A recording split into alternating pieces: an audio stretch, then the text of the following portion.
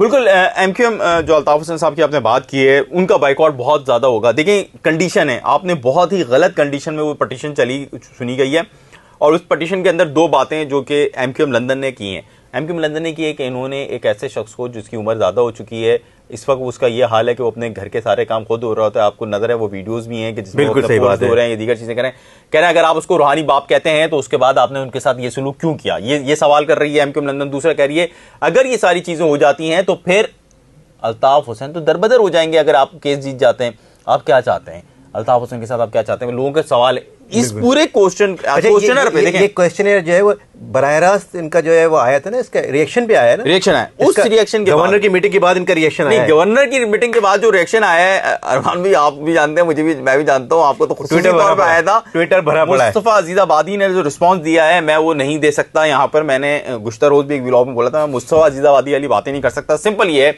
उन्होंने मुस्तफा कमाल साहब ने उनको बहुत बोला है, बुरा भला बोला है, और उसमें कहा है कि ये बहुत मतलब बहुत ही वो कर दिया। मतलब आप ट्विटर पर चेक कर लें।